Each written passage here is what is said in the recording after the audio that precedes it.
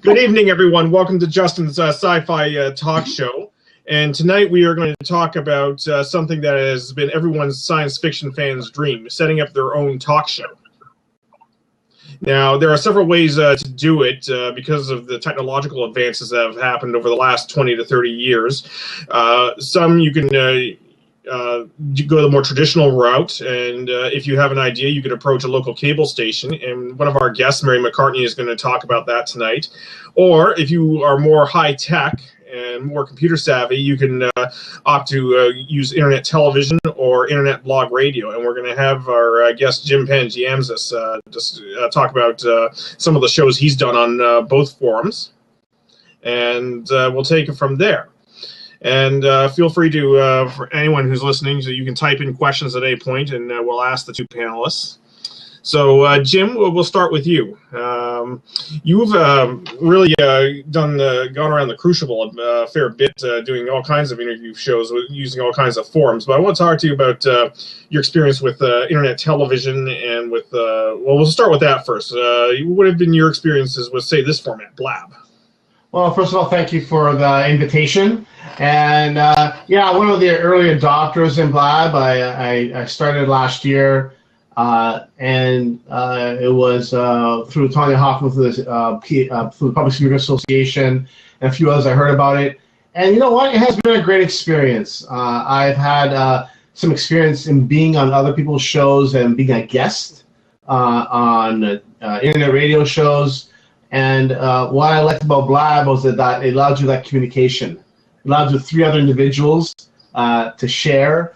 And it really was an exciting opportunity to engage others from all over the world. And it's been a fun experience so far. And I'm learning every time I do one. I'm getting better. And again, doing 10 to 12 of them now, I've gained some experience knowing how to do them correctly and making sure things run a little smoothly. Okay, maybe you can explain for us a little bit what exactly, I mean, give a little more detail on what Blab is. Because there are a number of people on here now, I'm sure, who use it presently, and they don't have a full idea of what's going on in terms of how to use the Blab or what the full purpose of it is, or the full extent that you can use it for. Yeah, so Blab is a really two-way communication where you can have yourself and 3 other individuals really speaking live. So there's been other platforms from Google Hangouts that's still fairly popular, but Blab allows you to have a communication, allows you to share it on Twitter, share it on Facebook, and really have engagement. People can type in questions on the messages on the bottom right-hand corner. You can share your information if you want to share your website or you want to share this information with the rest. You can do that. Just like Nelson Cudis, a good friend of mine, just joined us today here. He's from Toronto, so you can have friends join in as well and hear you share. But again, it's all about engagement. Everyone's looking for an arena or a community to share in, and this is a fantastic community to share your vision all over the world. Not just Toronto, you get to become an international speaker, an international guest on a show like this. So in short, that's what it allows you to do. And again, it's in beta test. I think it's been great. I've been on a number of different shows, sci-fi shows, personal development shows, and everyone I do, I get more and more interested in this great platform. Okay. Let's talk a little bit about some of the shows you have done specifically. Since this is a sci-fi talk show, how about we start there? What kind of sci-fi shows have you done? Yeah, so I did one with you there. It was last month. That was in December, actually, yeah. It was in December. We talked about December 15th, yeah. Yes, we talked about Star Wars, The Force Awakens. We had a fantastic conversation. So I was on there's another site called Periscope, which is a one-dimensional website that started in August last year. And then I switched over to Blab. But I've also been on, I have my own Blog Talk radio show for 3 years, and that just started from just people bothering me. I've been on a guest again on many different shows. Being a speaker, I always get asked to be on different shows, but I finally to do my own show, which was definitely a new experience for me, but it was a great opportunity to interview others, to hear people's stories and insights. And Blab really allows you to do that even better. The key thing with also Blab is you can record it. So this show gets recorded, and you can actually upload it to YouTube. When you do that, you can share it on your WordPress. You can put it on your website. You can repurpose this interview with your community, which is awesome. Because maybe people won't be able to make this show tonight, and they can listen to it another time. So there's a lot of positives, and I think it's only getting better. And I'm excited to be part of the show today and share, again, a little more insights on techniques and specifics on how to do your show correctly. Okay, before we continue, your friend Nelson has asked if he can come in and take the third seat. Do either of you have an objection to that? No, Dustin's actually a friend of mine and actually a client of mine as well, and he's a PR specialist actually. So he's very good at what he does. Okay, well, my attitude is the more the merrier. So let's let him in. Bring him in. Come on down. Here I am. Hey, Mr. Nelson Cutis, how are you, sir? Good. How you doing, Jim? How's everybody? I'm doing well. Look at you, all looking all savvy tonight. How's everybody doing today? Oh, fantastic! Thanks for joining us. Oh, we're doing fine. Welcome. Thank you very much for letting me. Welcome to the show, Nelson. Yeah. Oh, you're welcome. Yeah, we'll get to you in a few minutes. I just want to continue on with our train of thought here with Jim. So, all right. Tell us a little bit about. Okay, you have an idea and you want to start Blab. Now, how would you go about promoting it? So the most important thing is have a guest, but just don't have just anybody. Have someone guest who has something to share, has a story to share. So I brought in Tanya Hoffman, who's the CEO of the Public Speakers Association. She's been speaking for 10 plus years. She's had numerous businesses. So I brought someone in who was very comfortable. I didn't have to sort of coach them a lot about it. She got in. She was great. She was great. So I think it's also have a little bit someone who has some expertise. If they don't, then what you do is before you get on Blab, you get on the phone and you just explain to them the parameters of Blab, the way your background is. You should have a nice background. I have my banner. You have a nice background. Don't have any dogs running back and forth. No babies. No chickens. I've seen everything. I had a guy. His wife was feeding him from the side of the screen. It was funny. So you have to limit the distractions. Because again, you got a wide audience watching here, and they're looking at you. They're watching your background. They're asking questions.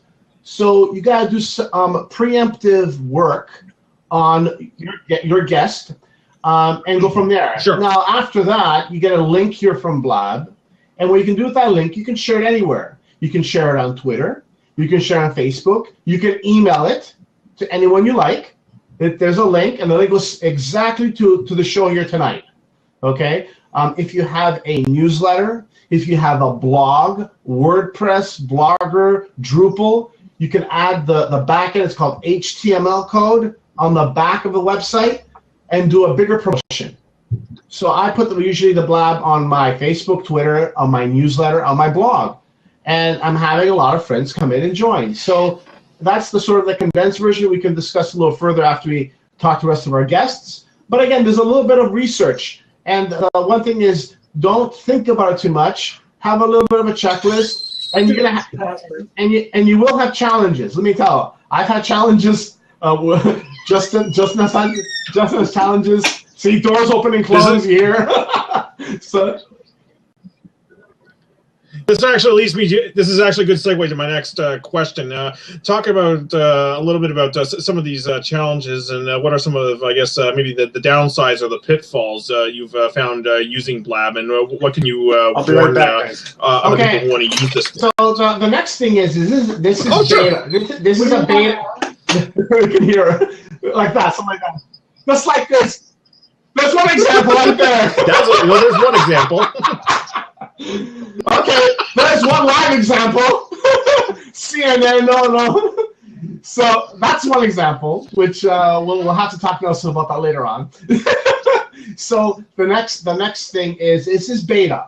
So a number of shows that I did early on, I had technical issues. My computer was freezing. All of a sudden, I wanted to do updates. So patience is a virtue. I have a big sissy fit. Tanya Hoffman said, just shut down, turn it on again. She was very patient. So the person you're with, they're your yin and yang. So just have a little bit of patience, okay? Thanks for that example there, Nelson. That was a great example. Is that what we're talking? Thank you, Nelson, for the live example. Well done, Nelson. Yes. What example are we talking about? Distractions. Oh, yeah. It was my son coming and asking me a stupid question. There you go. There you go. Just like that. So, again, close the door. So, again. The door was closed. It just doesn't have a lock. That's the problem. Oh, okay. There you go. You lock the door. I see. So you lock the door. This is beta, and there's going to be hiccups. And, again, you're going to have a little patience. And it is what it is. Speaking of it being in beta, about 2 weeks ago, they made a whole bunch of changes that were for absolutely terrible. I got on 3 weeks ago when my friend Peter, who you know, really? Was doing a Blab. That's how I found out about Blab. It was wide open. You could search for anything. You could find just about anything. About a week after that, they really clamped it down, and you can only find people that are following you, or that you follow, and it's impossible to find stuff now. The day that they did it, I tweeted back to them. I said, "What do you guys think? What were you guys thinking? You just ruined this thing." I mean, I don't understand why they need more privacy. I mean, Zuckerberg opened up the world with Facebook and connected everybody. I don't get it. I don't understand why they have the need to have all this privacy on the Blab. It's counterproductive. It's counter to what it's supposed to be. Yeah, I know.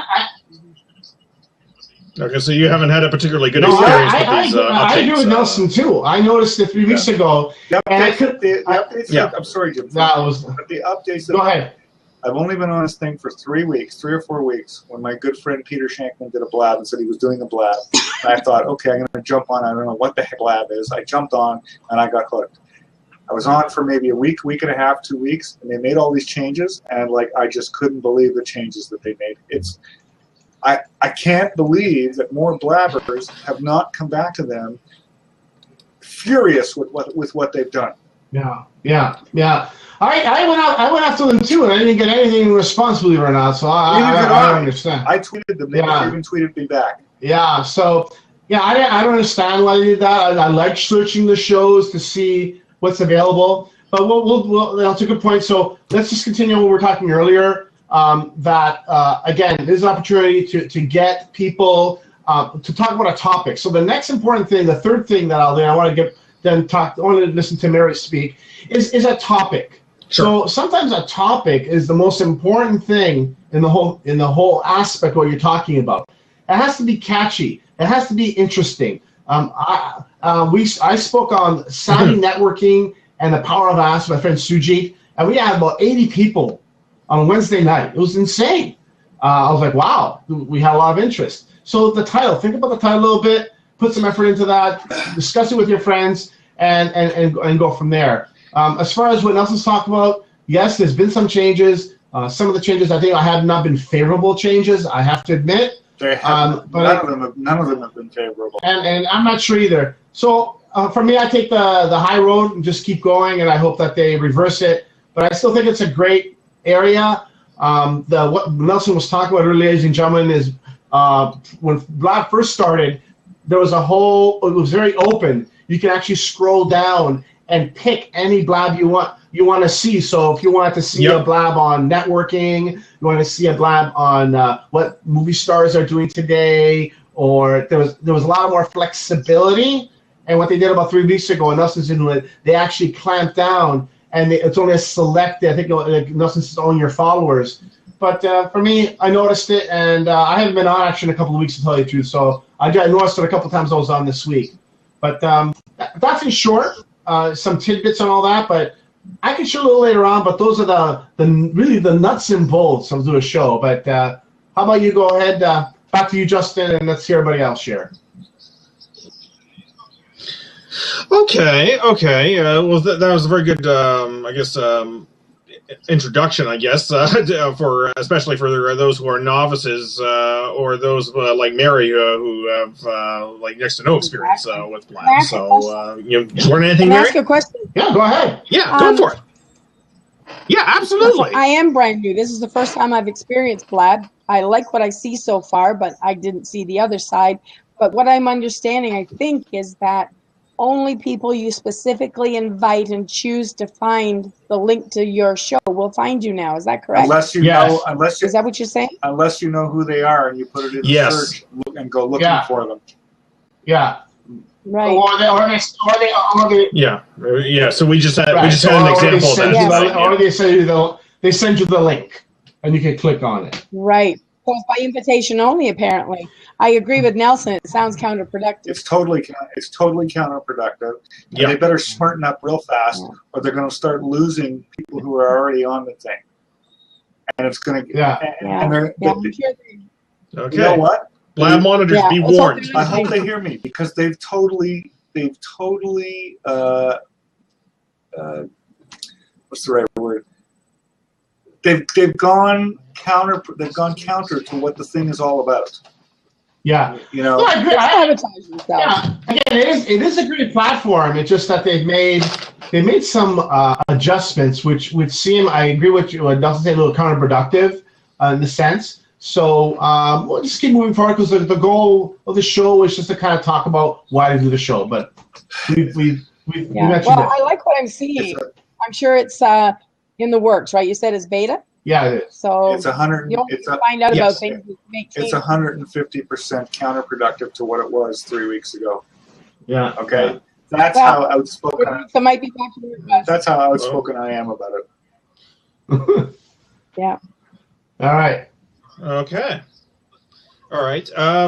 Listen, before we move on to Mary, I was just wondering if you could, Jim, if you could briefly talk about, you've also done blog radio. First of all, explain, for neophytes like myself, what exactly is blog radio? I've been on the other end as a guest for a couple of blog radio shows, but I have never produced or organized a blog radio show. Blog Talk Radio is an internet radio show. You call in, you can set up a half-hour show for free. After that, you have to pay for it. So I do the half-hour show. I've been on a guest on a number of shows in 2012 and 2011. And then in 2013, a good friend of mine was saying, why don't you do your own show? You interview people from your network. And lo and behold, I did it. And it has been 29 shows later. I've interviewed, the first 4 or 5 interviews were very scary for me. I've interviewed Olympians, I've interviewed people from my network, and it's been great. And why I do it is because I am fascinated by, like, say, Nelson Hudis. Nelson is one of the premier PR, how do I put it, Nelson? Maybe you want to explain it better. I just call myself a PR guy. He's the PR guy. So Nelson has it too. So I've interviewed Nelson on my YouTube show and many other times. And the part is as he has expertise and a little bit of that could impart a better wisdom for people to understand that PR is good. And there's been a couple situations that Peter's been a part of. Nelson has been a part of over the past 6 months that were very interesting. One we regarded a telephone company that had some major issues, and Nelson stepped in and got a PR contract to deal with that situation. But the Internet Blog Talk Radio show, again, is you can not just interview someone, you have half an hour. So what I did is I actually learned from my errors and began to formulate questions to ask before I went on the show. So the first couple I did were kind of freestyle shows. But after that, I read a great book, and she says, create some questions. So I emailed the individual. Sure. I had about 5-6 questions ready, and it brought more narrow and focus to the show. Now, the audience doesn't know that. I know, and the interview knows that I'm asking the questions. But I felt more comfortable in asking the questions, and they felt comfortable in answering them. And now I'm proud to tell you that the last 20 shows I've done have been amazing shows, and I repurpose them all the time. And why I share this is that we all have interesting people on our network. And one way to put the spotlight on them is to interview them. And just literally 48 hours ago, I got hired by a upstart political organization here in Toronto to interview some of the political candidates because they want a third party to interview them. And I'm going to be interviewing them in about 2-3 weeks, and I'll be on YouTube in a few months. So again, because of my interview skills, I found a couple opportunities. I put a proposal in. He called me up literally within 24 hours. So I'm leveraging my interview skills, which I've gotten better over the past 4 years, because I've done radio shows, I've done blabs, I've done periscopes, I've done virtual summits. So you put that all together, and it becomes expertise. And then there's a need for it because people don't feel comfortable doing that, and you can fit that need.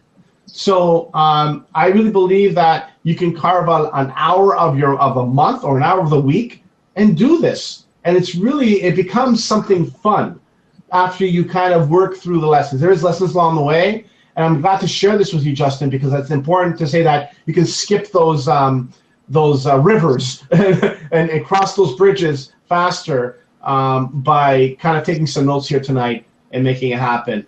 But it's been a great experience, and you build some lifelong friendships with people, and they really appreciate it. They really do. Like I've gotten hooked on a show that's on first thing in the morning at 7 a.m.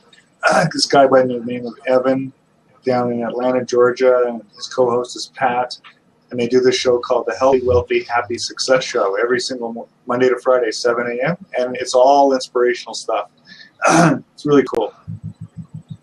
Yeah. So you form a bit of a cyber community in a sense. You form a community, and I think you can change the topics too. You can have a Star Wars night. You can have a educational, even like this. You can have an inspirational show. You can really formulate a show. Sure. You can talk. A couple of my friends want to do a show on financial literacy. In a few weeks. We got to perform us together. We're going to talk about why we do it. We play a game to give back to the community. So it gives you the ability to rather than watch TV, you can actually do this and give back. It's a new way of networking across the globe. Instead of going to a networking event in your city, you can now network. Yeah. You can now network, globally through this platform.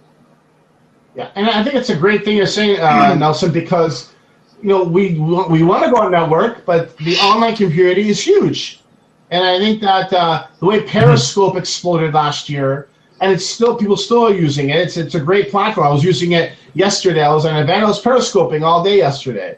Blab is a little different, where you can have a 4-dimensional opportunity here to have a great show and tell people the 1A is you have your own show. Tell people you have your own show. They'll listen. Yes, I got my show. My show's called Join the Gym. That's what I found. Yeah. That's what I've found. As soon as I put it up on LinkedIn and some of my other pages,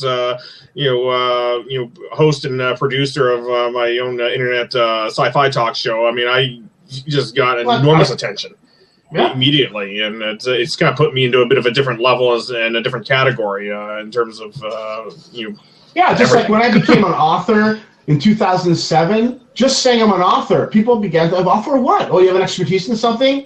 And just this mini contract that I got, all because I took an expertise I have of interviewing, and now someone's willing to pay me for it. It's awesome. I'm like, like I was telling Justin this afternoon, I got some great stories to share. So, but having your own show, again, is something cool. You have your own show. I mean, people say, really, what's it all about? It starts a conversation. And I think that's a great thing to say that and I can say I've done a sci-fi show, I've done a networking show, I've done a show on education, and I think that's a great platform to use. And it's been a pleasure to be on some of your shows, Justin, just to to share. Like the Sci-Fi Show was hilarious, but I learned a lot. It was a really good, funny show we did. You know what would be a great extension of this is if they created a way, Blab created a way that you could put the Blab on your website live instead of coming in.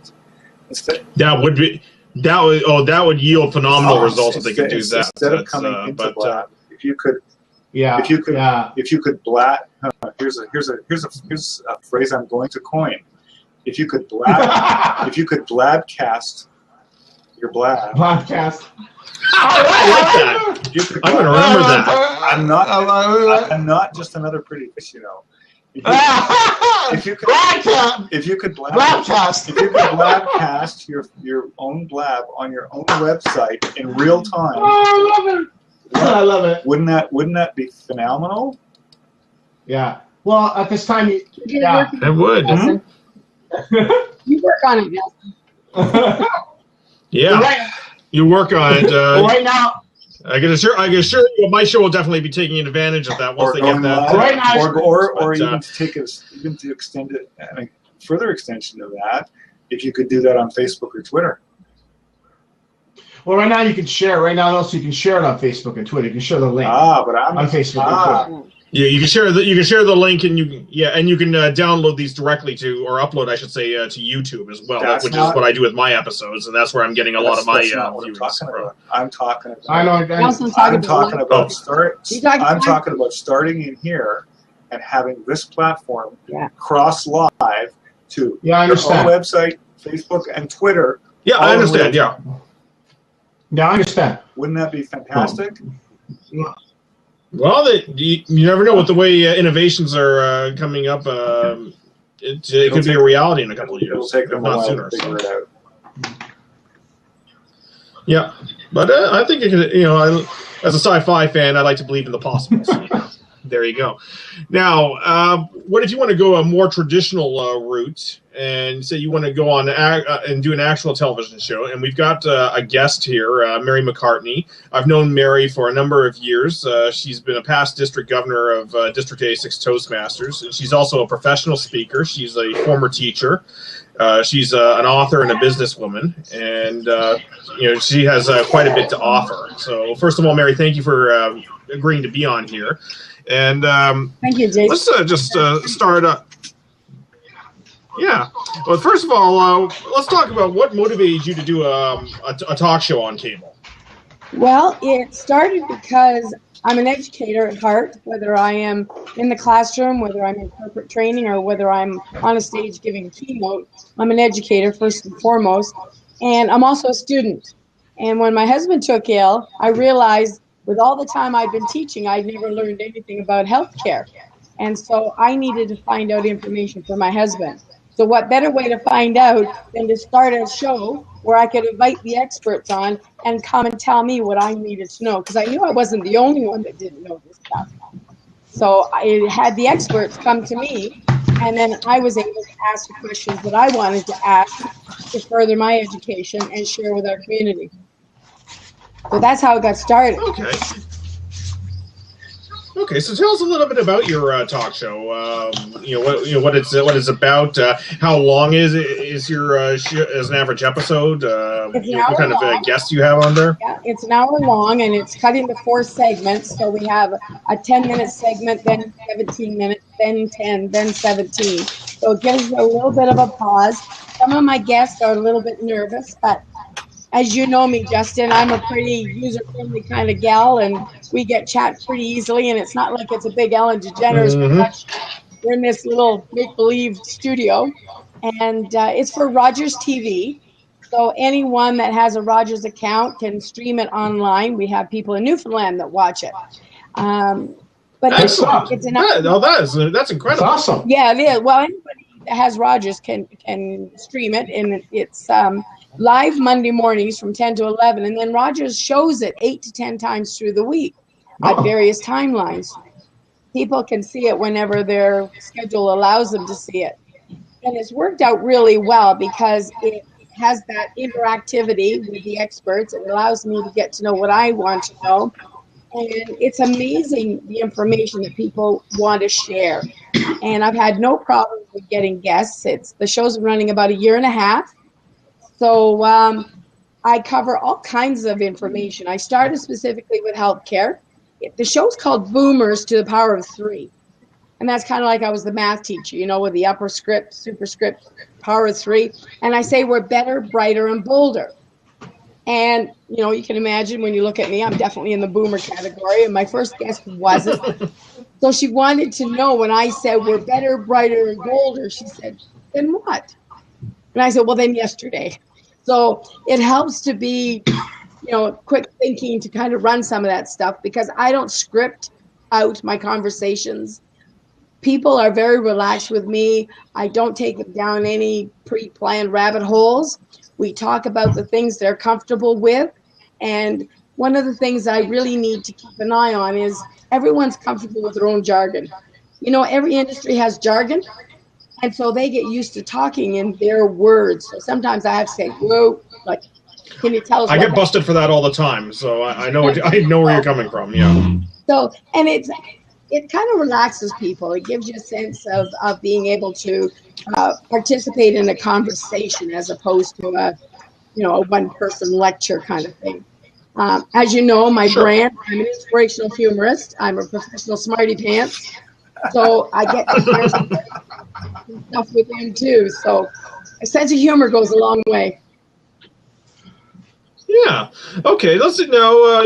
You said you have no problem getting guests. How do you go about getting guests for, I guess, a traditional talk show, especially one that's on cable? Actually, it's been really a win-win situation because everyone likes to talk about what they work at, the things that they're good at. They've usually gone into that kind of a business because they like it, and they're very knowledgeable. They're very passionate. I've had nonprofit organizations, charitable events come out. It started off primarily healthcare, but it grows. It's health and wellness. So that can be, just being a member of the community and letting people know that they don't have to stay in their homes. One of the things I'm really passionate about is volunteerism. People that get to be my age, thereabouts, maybe more, a lot of years of experience doing things. That's a lot of knowledge, a lot we can share. And to keep it to ourselves seems like such a waste. We are excellent resources for so many people. And so when the guests come on my show and they share that knowledge and they share that information, they're volunteering years of experience and their love for things. And, we're a people that get to be afraid of things like the dentist. If you tell my dentist I said that, but people are afraid of some things. And so if you have the dentist on your show, they can talk in such a way as to make it much more enjoyable. You build the relationships, you knock down those barriers. And so, as I said, it's win-win. The guests that come on are able to build relationships with the community, even through the camera lens. So they quite like the idea, even though they're scared, they like it. What's not to like? It's fun. Yeah, I just want to add what Mary's talking about. I mean, I had some guests that were nervous for my radio show when I first started. They were I'm going to use a little bit of a harsh term, my guinea pigs. But what I did is I got on the phone before. I explained to them, listen, this is my first time too. We're going to formulate some questions. We're going to be very down to earth. If it doesn't work, we'll delete the whole damn thing. I can do that. I only use that option once. But moving forward, I became more comfortable. One of my things is I was actually my interviewees were doing well. I was the ones messing up. I was actually interfering with them speaking. So I was the issue, and I didn't realize that till after I re-listened to some of the radio shows. And I quickly became, I think, about that. Yeah. Close my mouth. That sometimes, because I like to talk. I like to share. I like to let people, be relaxed. So I share some stories. as well. And then I ask them about their case studies. And a lot of times I wonder if maybe sometimes, I say more than I should in letting them be the experts. I have a very sincere critic. My husband watches all my shows. And so when I come home, he's quite good at letting me know, the thumbs up or the thumbs down, how I've done. He's a true evaluator in the nicest sense. But I think those sharing of stories makes it more entertaining, more interesting. So, if we just have somebody who's very serious, we've all watched those shows, those homemade shows where the people are just so stiff and proper, and I don't know how to do either of those. I'm not stiff. I'm not necessarily proper. I had a funeral director on my show, and we're talking about pretty important things about dealing with family issues, how to have those difficult conversations ahead of time. He's a human being. He's a husband. He's a father. He's got kids. They go play hockey. It was easy to just be me, even though the conversation, the topic, might have put some people on edge. So, to lighten up, there's lightening up too much maybe, but I'm definitely a lighten up kind of gal. So I haven't had issues with having guests because they know that they're putting their best foot forward, and I make it very clear in setting things up. It's not an infomercial. Talk about your industry, talk about your skill, talk about your knowledge, and we'll put your name and your phone number on the screen, but we're not hyping a particular business, if that makes sense. I think that's important, Mary. I've done the same thing. I focused on their expertise. I've had a chance. I interviewed Anthony Robbins' son a couple episodes ago. We had a great conversation for a half hour. We talked about his book. We talked about some really intense things that happened in his life when he was younger. He was very authentic. I interviewed an Olympian who was in a four-man bobsled. He was an ex-football player who got dared to join the Olympics. Got dared. And a whole bunch of things happened, and he still did it. And it was such a powerful story to listen. I already heard this story like 3 times before I even interviewed him. So I agree with Mary. Everybody has something to share, and I think I take it as if we're in a park bench and we're talking. I tell you, we're having a coffee. Literally, one guest said, "Can I have my coffee?" One guest I interviewed says, "Can I have my coffee while we're talking on the radio?" I said, "Absolutely." I said, "I can't see you." Yeah, the Rogers cups are on the table. Rogers TV. Yeah. Oh, okay. Must be bothering them. That's what... I just tell my guests, I say, we're going to have a fireside chat, and then I'm going to get right to it. You don't have the fireplace. I'm working on them, but they're not giving. Yeah. So no fireside. But I'm liking it a lot. Yeah. I was doing it as I was working part-time for somebody. I became a communications manager for a retirement service. And I was involved in that position because I was the spokesperson. I would go out and speak to these large groups of seniors and above, or groups of people that wanted to know about home care.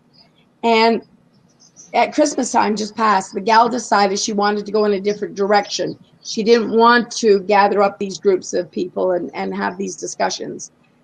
The direction she was going in didn't suit my skill set. I really didn't want to go down that road. And so she really thought that because the show had kind of evolved from my working with her, that I would quit the show. When I walked into Rogers and made the proposal, I had my name of my show, which they had to go vet and put it through their legal team. I had the logo design for my show. I had about 35 topics, fairly broad topics. And so, they were stunned because people go in and say, well, I think I'd like to do a show. What are we going to do it on? Well, I'm not sure. Maybe this. Well, how are you going to get guests or fill that up? Well, I'm not sure. And yet I walked in with everything. And Okay, so this was really quite. You were really quite involved in terms of like the preparation for getting this proposal together. I mean, it's not like Absolutely. yeah, it's not like say yeah, sorry. Oh, sorry. Go ahead, Justin. Sorry. No, I was just gonna say it sounds much different than say like the shows that myself and Jim have done, where we have an idea, we can just go on Blab or internet blog or radio and just run with it. But I guess there are a number of considerations. You have to satisfy producers. There are legal issues and all kinds of, sure. and you have to have I guess a number of topics prepared as well for them to peruse and approve. Yeah, I'll add something to Yeah. I just put a proposal. I just put a proposal into CBC. They're looking for daytime hosts starting for August till March 2017. So I went online. I saw the post. I think on Facebook. I went in. I filled the application. I was very honest. They wanted to know how many followers you have, what you do. I won't find out for another couple of months. And I was nervous. I emailed a few friends who actually have their own TV shows, and they said, "Jim, what's the harm of just applying?" They're going to email you back and say yes or no. Say no. Yeah. Well, see, I have a philosophy. I don't tell myself no. I make other people say no to me. I don't give myself a no. I'm going to go out there, and if people don't want me, they can tell me no, but I'm not going to say no to me. Yeah. Well, one of the things, one of the tips, I'll give everybody a tip right now. This is a big tip. So before you can get on, say you were nervous about Blab or Periscope, what I did in 2003 is I actually started recording myself. So I wanted to become a better speaker, and my mentor says, well, record yourself. So I have about thousands of hours of recordings of myself speaking. But in 2010, I got really adventurous. I actually got I would bring my phone and my iPad with me, and I'd interview people at networking events. So 2 years ago, I got really ambitious. There was an event here in Toronto at the Old Mill. It's a really nice location. They do a lot of weddings and all that. I interviewed 21 people in one day, and I called them the fireside chats. I used the local sofa of the hotel, and I bribed. I bribed and I swore and I cajoled some of my friends to sit down. I did these little 2-minute interviews, and I still post them online. I post them about once every couple of months, and they're solid interviews, 3 to 5 minutes. Yes, I actually interviewed Nelson at the same location. I don't know, who was it, in February, Nelson? When was it? When I interviewed you? In November? In November? Yeah, so we had some fun. We did that interview. That interview was hilarious. Getting interrupted by the staff. If you can see here, these are all DVDs of my shows, or at least some of them. Yeah. And each one is an hour-long show. So my task is to go and get snippets out of each one from my website. I have 3 videos on my website of me on stage as a professional speaker. I've got testimonial videos, but then I need... Very good. That's what I'm working on. I'm working on a sizzle reel. That's what I'm working on right now. Sizzle reel. Can I make a suggestion, Jim? Go to Peter's website and watch his. He's got a really good speaking reel. Yeah. So again, part of what Blab allows you to do is test. And I'm going to say this because if you want to just get comfortable and being around others and sharing, this is the prime area to mess up. Mess up on Blab. It doesn't matter. Justin just said, and I had huge technical issues when we first started. I mean, mega. But you know what? We kept focused and we made it happen. And we lived. Yeah, so I guess that's one notable difference between our shows versus something with Mary. I guess like the threshold, or so not the threshold, the bar would be so high. I mean, you really cannot afford to have the mistakes that you or I had. It's live. Yeah. It's live from 10 to 11 every morning. Now, I'm not saying I'm perfect. I would never put this bar that high. I mean, do I mess up? Sure. That breaks are wonderful. The minute the breaks come on, I go. It's like, well, I'll tell you, like when I started interviewing people, like the interview I did with Nelson, we didn't get permission to use the facility to do the interview, so we had the workers walking right in front of the camera. It was absolutely hilarious. I should have recorded it. But Nelson was such a cool cat. I mean, he was just, okay, we'll do it again. We put it on the tripod, and then the owner walked out and says, "What are you guys doing?" "Oh, we'll be done in 2 minutes. Don't worry." We put a table in front. It was hilarious. But at the end of the day, I'm not going to I agree with you, Mary. I'm not going to let those done. I haven't done that many recently. I mean, I've been doing the blabs for the most part. But you know what? I want to be adventurous sometimes, so I will do them again in the future. But like yesterday, I used my Periscope on my phone to interview people at an event I was on yesterday morning. But at the end of the day, I wrote a book called Get Connected in the 21st Century, Online and Offline Strategies That Work. And at the end of the day, there's two types of strategies. There's doing this. There's communicating with people, going on a Rogers show, which I really commend you, Mary, because that's a friend of mine just started a Rogers show in Mississauga. He shot, I think, 6 episodes. And he said, I've never been more nervous in my life. He says, I was nervous when I got married. The second I got nervous when I did the Rogers show. He was so nervous. Like, he was actually going and puking. He was so nervous. Poor guy. He was, yeah, he was. And he didn't know why he didn't understand. Red Skelton He's nervous. Red Skelton used to throw up every time before a show. So that's not necessarily a bad thing. No, I think we need... Okay, so... Yeah.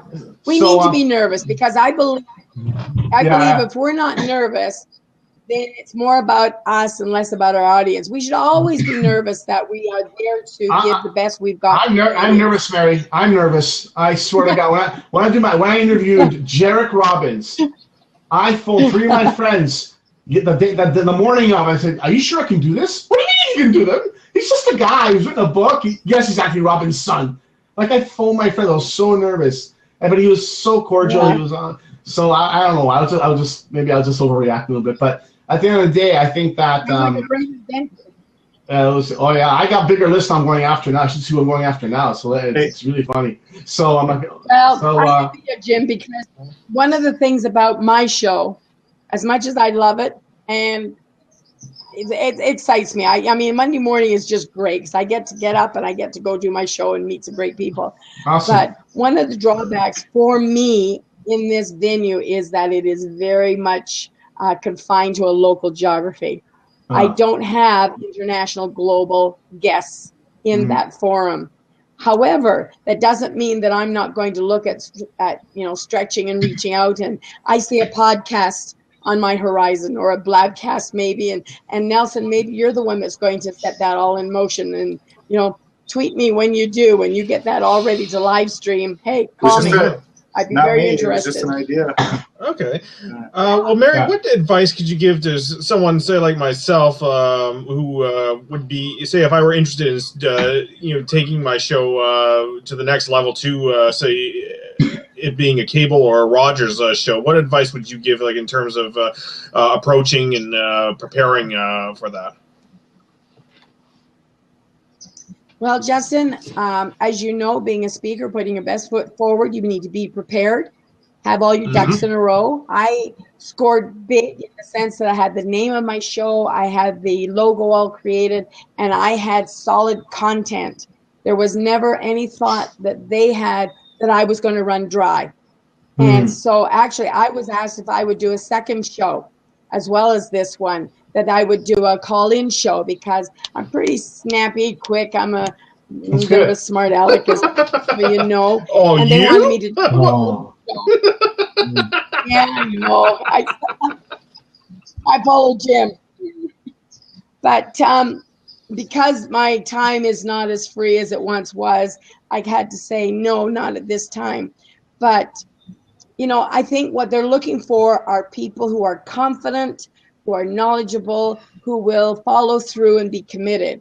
So when you can give them some proof, some actual, evidence that you are prepared and ready to go and you won't run dry, that these are what you're offering, I think they'll open doors. They're looking for content. Yeah. I mean, in case you know, Rogers doesn't pay. I'm not getting rich off of this other than in pure quality of life enjoyment. They need the content. They're interested. They want that. I'm using it as a springboard for my speaking business and my coaching programs, just to get known. I have people on the street come up to me and ask me all kinds of things, and I kind of like that. I mean, I'm a schmoozer. I mean, there's nothing I like better than meeting strangers that think I've got some help for them. It just feeds my soul. But get ready. Yeah, actually, interesting. You mentioned an interesting point there, Mary, about Rogers, because I have a few friends of mine who got into Rogers' show, and I saw some of their shows, and some of the shows that I saw were not really well produced. They did, like, the guests were very solid. They weren't like they weren't loose. They were like, it seemed like they were all so planned with their answers. Yeah, and we have some of those here too. Yeah, and the host, I actually know the host. But I don't see her that often. But I talked to one of the guests, and I said to him, I said, was it? And he said, you wouldn't believe they had little cue cards with all their answers. And I go, are you kidding me? Because I could tell. I was watching the show. Yeah, I could tell that it was so rehearsed. All the answers. I go, no, that's not the goal of this show. The goal is to be spontaneous, flowing. And I couldn't think like that. Yeah, and they said it wasn't that. It was the host who made them do it. I was like shocked. So again, but that happens in some shows. The host controls a lot. There is hosts like that. They're very perfectionistic, so they hold everything. So mine is very flow. My radio show flows. Like, I have the 5 questions, and we flow. We segue to the questions. So I tell my guests, listen, I'm going to need about 50 minutes of your time via phone or via email. Some of my guests, like Nelson's so, I'll tell him right here, he's so smooth. Like, he understands what he does, and he can share it. And when Nelson shares some of his stories like that, I just sit down and I just listen. There are some they're very interesting. Some are very poignant stories. Some of them are a little funny sometimes. Like this phone one that happened about 4 or 5 months ago. Wasn't that long ago? It was 3 weeks, about 3 months ago. 3 months ago I knew about it a little bit, but you want to maybe share a little bit about what happened, Nelson? You mind? You want to share a little bit what happened? 10,000 feet, maybe, not the. No, I don't have to name the company, but okay. What happened was I was doing some PR for a company in the VoIP industry between 2011 and about 2014, and I still have one of their phone lines, so I'm a customer of theirs. And in January, I got an email as a customer telling me that I could, as a customer,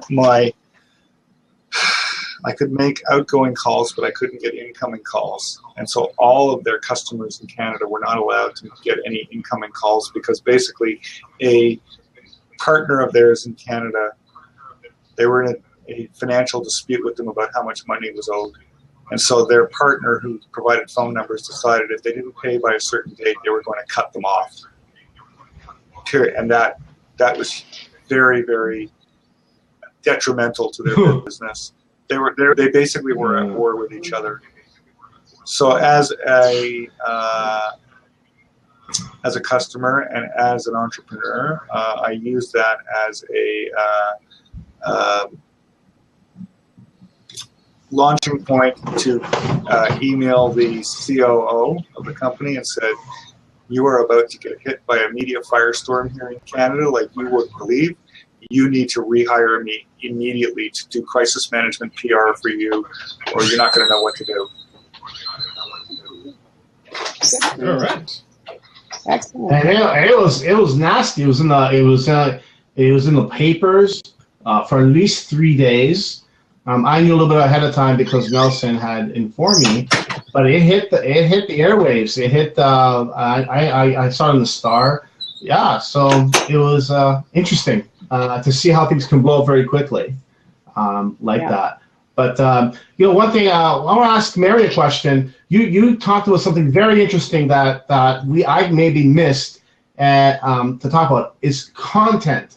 So one of the things I share on my radio show is I make sure that I have great content. Like the #1 show that I've done, believe it or not, has been on cold calling, Mary. I've had 100 listens on that. On cold calling. I've had relationship experts. I've had SEO experts, PR experts. The #1 show, cold calling. Who would have known? I would have. So how do you decide the content? What's that? How do you decide the content? How did you come up with those 35 topics? Can you tell us because I'm interested in that topic. How did you come up with those sort of the content ideas? Yeah, my show's called Boomers. So what are people my age interested in? Like I'm on the tail end of well, wherever I am, doesn't matter. People are interested in health and well-being. And how do they stay well? Well, that pertains to everything. If your teeth hurt, you're not well. If your ears hurt, you're not well. Your feet. So I've had chiropractors. I've had, denturists to talk about how to shop. Like we don't know how to shop for stuff like that. I've had tax accountants come in when the tax is changing. I've had estate planner, funeral director.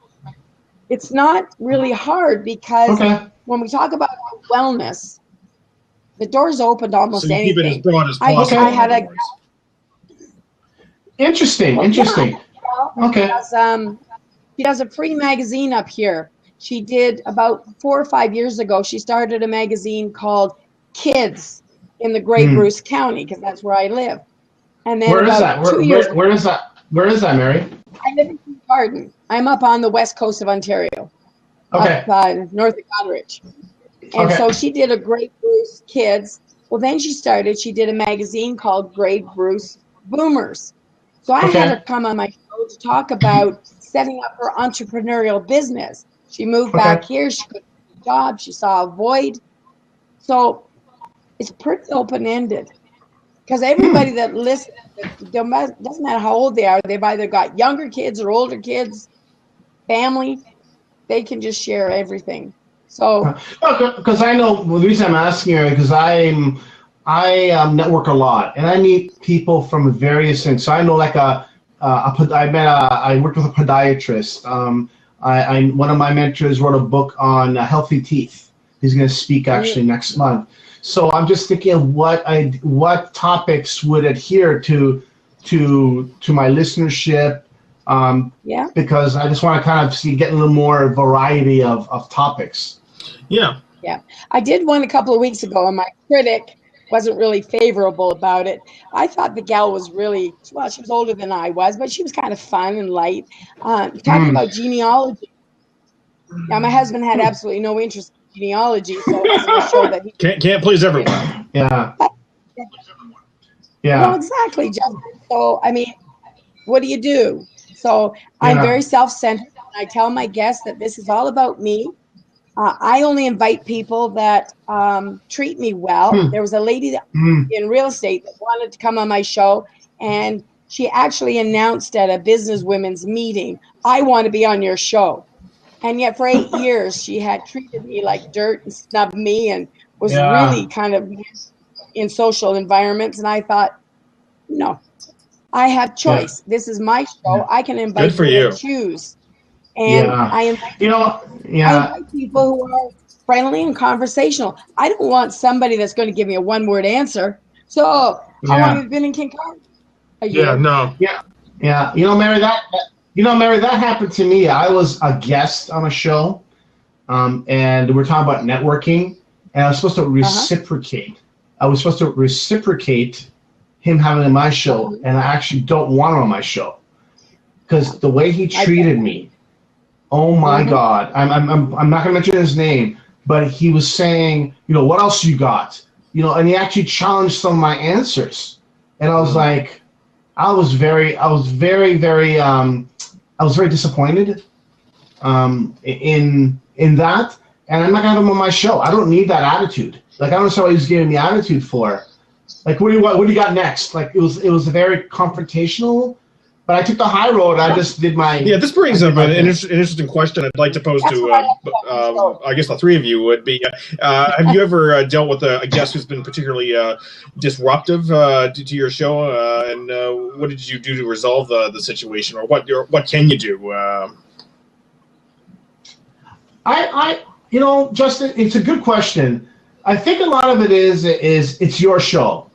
I want to know what Mary's going to say to this. I'm really excited about Mary's answer. I had a situation where I had a couple of members who were, I would say, kind of hijacking the show in the sense I asked them the question, and they just kept on going and giving a long answer. And I tried to I'm familiar with those, yeah. And I couldn't.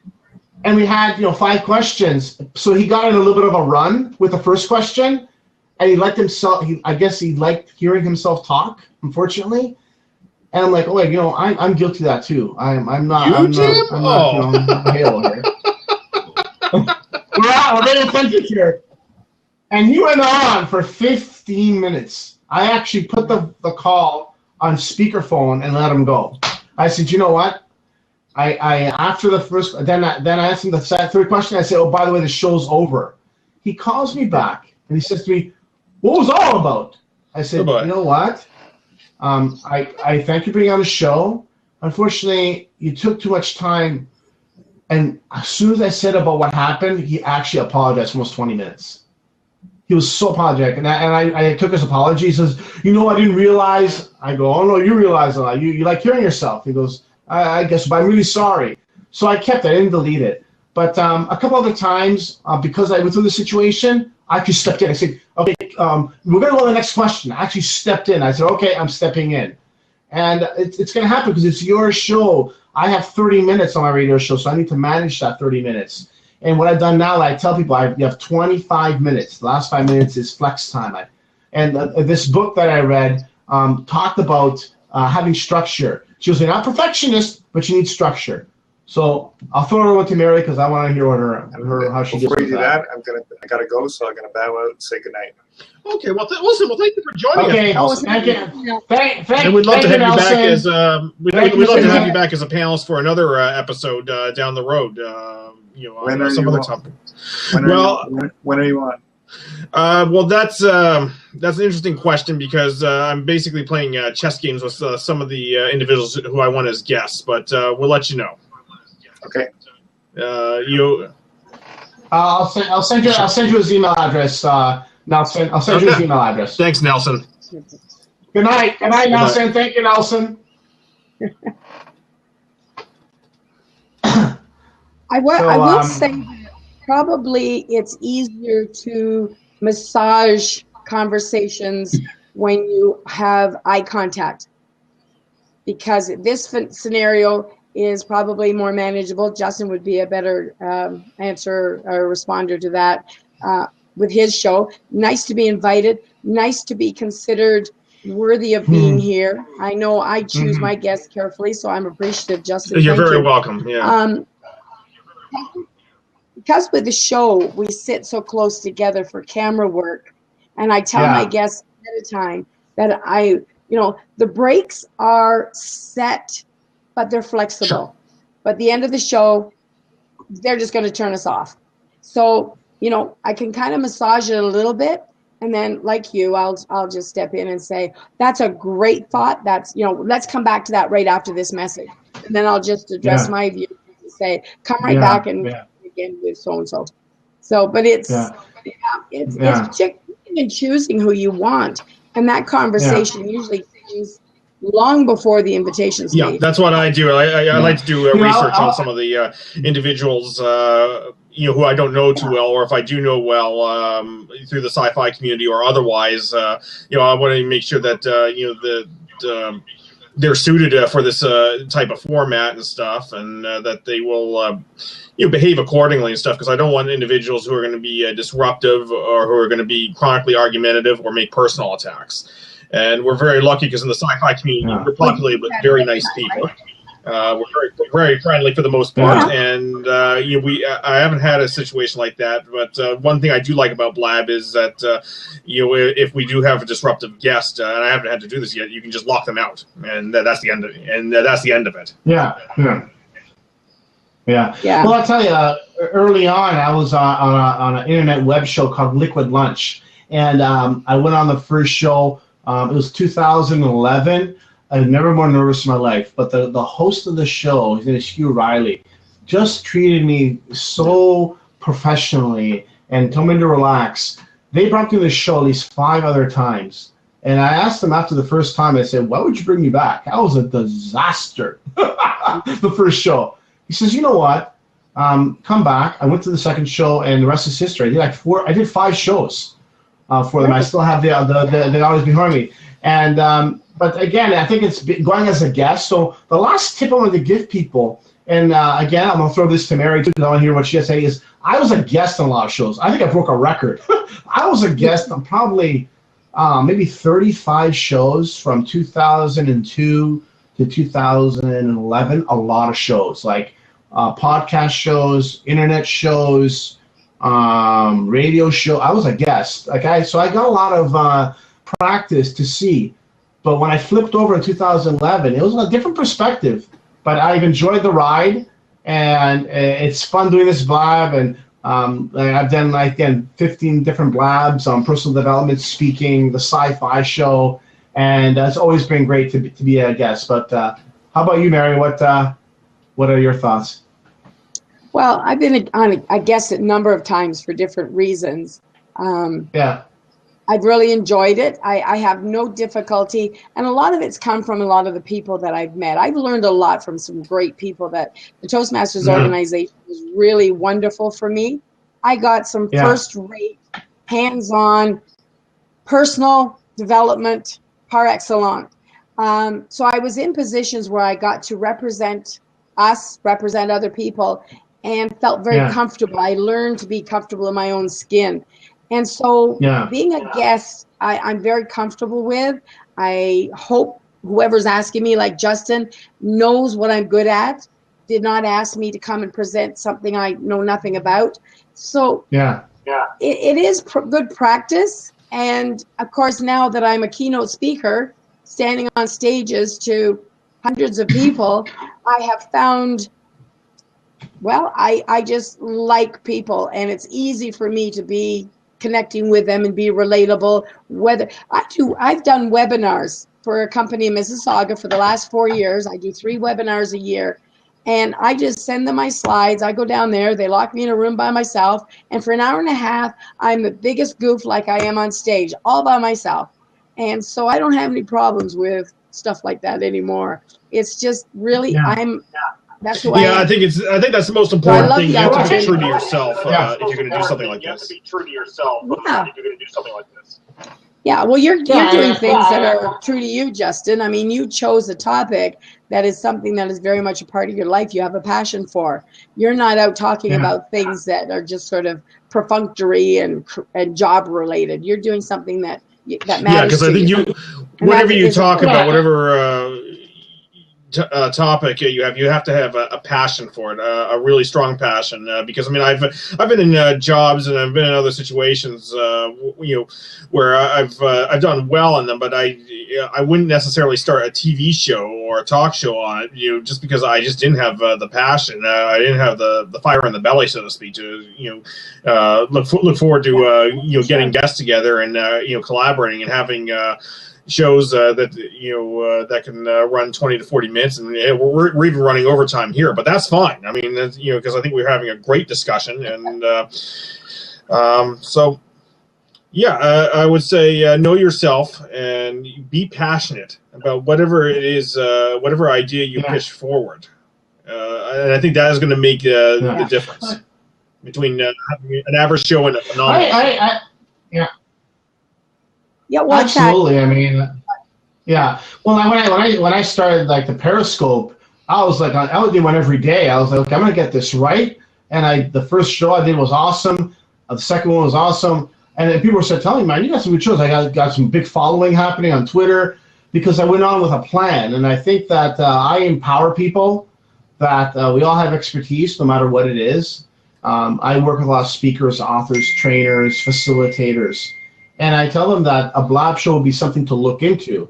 But I tell them to check it out first, come on my show, listen, be in the background, and learn about it. But I think that if you want to enhance your business, especially, and show your expertise, a Blab is a great place to engage in that community.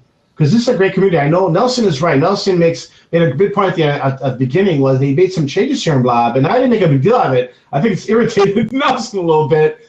But yes, you allow more flexibility in Blab about 3 weeks ago. And now I'm a little confused. Even when I walked in, I couldn't find Justin's show. I had to go on his Facebook page to find the show. I'm like, why isn't it on the Blab? So they made unfortunately, some changes. I think they're not working well, but hopefully they render back to the original thing. But I just go with the flow. I'm using their platform. That's the thing I find. If you're a host, you have to be flexible in terms of dealing with changes. Yeah. Dealing whether it be with guests and what they want to talk about, or dealing with technical issues, or if a conversation is going a particular way and you're dealing with say panelists and stuff. I mean, you have to give a certain amount of latitude, and you have to be flexible, and you have to be malleable. So that would be the advice I would give anyone who's thinking of being a host. If you try to act too rigidly, you're going to get very frustrated, and it's going to come across to the guests and to the viewers as well. Yeah, I agree with you, and that's why I think having those technical issues we had made us stronger. It did. Mentally. Well, I didn't feel necessarily strong at the time, but no, it was a good learning experience. A little panic stricken? A little panic stricken? Yeah, I was. I was about ready to have a heart attack. Heart attack. I was so mad. My computer had to make 25 minutes of updates, Mary. And taught me, I was so pissed. I was like, this is not happening now. Like right now, I gotta do Blab and it's doing updates. But again, works. As we all know. And when I go out and I speak, I like to use slides. I like to use a PowerPoint. Not PowerPoint. We should do a show on PowerPoint, Mary. I do not. Can we do a show on PowerPoint? No, not the death by PowerPoint. No, mine are all about pictures and animation and video and not work. Can we do a show on PowerPoint? Can we do a show on PowerPoint? Well, no, because why have going to do it anyway? If any technology doesn't work, it doesn't matter to me, because the presentation isn't my slides. I'm the presentation. I do props. I do all kinds of activities. I'm a show and tell. I dress up. So, it's not about the slides. They enhance, but they don't substitute for me. So, you got to know how to handle the goofs with the technology and just roll with it. Like Justin says, you got to be flexible. You got to be able to handle it with courtesy. I mean, just shut it down. Like, don't spend 20 minutes trying to make it work. Accept the fact that it's not working and move on, and be prepared not to have it. So I'm looking forward to delving more into this, the Blab aspect, but also podcast, blog talk radio. I had a client that I was coaching, about a year and a half ago, and she was doing blog talk radio and trying to, get a greater traffic and lead more people to her website. And she was difficult. She had a great concept and a great idea and great graphics and great everything, but she didn't have a willingness to do any of the grunt work to drive traffic and the marketing end of it. And but I saw how it came together and the potential. So as a speaker, great platforms. I like this. I like new experiences too. So this has been great. Final thoughts before we wrap this up, Jim. Final thoughts is, again, it's about preparation, planning, and execution. You have to prepare yourself. Yes, you may need to coach your clients, no matter if they're going to be on a show on a radio show or you're going to interview them. It's just a structure. Planning, you want to plan it. What time are you going to have it? What are you going to talk about? And execution. Have a backup plan. Say they don't show up. Will you cancel or will you do the show? It happened to me once. The person was very late, so I just filled in until they showed up. So the 3 Ps: preparation, planning, and execution. And the more times you do it. So for me, it's been a pleasure. I've been on a number of Justin shows. It's always exciting. We always really get into the heart of the matter. Some great fellow guests that I get to learn from, especially Toastmasters. I run a Speakers Association here in Toronto, Mary, for a couple of years, but I have a lot of friends in Toastmasters, so it's always great listening. So thank you again from Justin for allowing me to be on the show. Thank you for agreeing to come on. Nelson is a good friend of mine. You're always welcome, Jim. Yeah. Okay, Mary, final thoughts from you. Thank you. Well, I think for what I'm looking at it, there's a 2-prong effect. And the first one is the connections with the TV producers, the actual company, the corporation, as it's a volunteer organization, but they're still looking for all of the right pieces in the right order. And preparation is important, but go in with a complete proposal. Know what you're talking about. Make sure that you've got enough to warrant, because they're taking a risk on you. They're putting their name on the line to say, we're going to program you as our viewers. We're getting paid for them to be on our cable stations. So they have a risk there. So be very professional, very prepared, very complete in your proposal. The other side is working with guests. Be human, be friendly, lighten up, don't expect perfection, and just roll with whatever happens, and let them lead and make sure they're comfortable. Okay. So that would be I love it too. I love it. Okay, well, Jim, Mary, thank you very much for being here, and thank you for tuning in. And we will have another episode coming out in the next couple of weeks, and we hope to have on a more regular basis from here on out. We had some scheduling issues and some other technical issues that prevented us from airing some episodes sooner, but be flexible, as we say. So good night, everyone. Take care. Okay. All right. Bye now.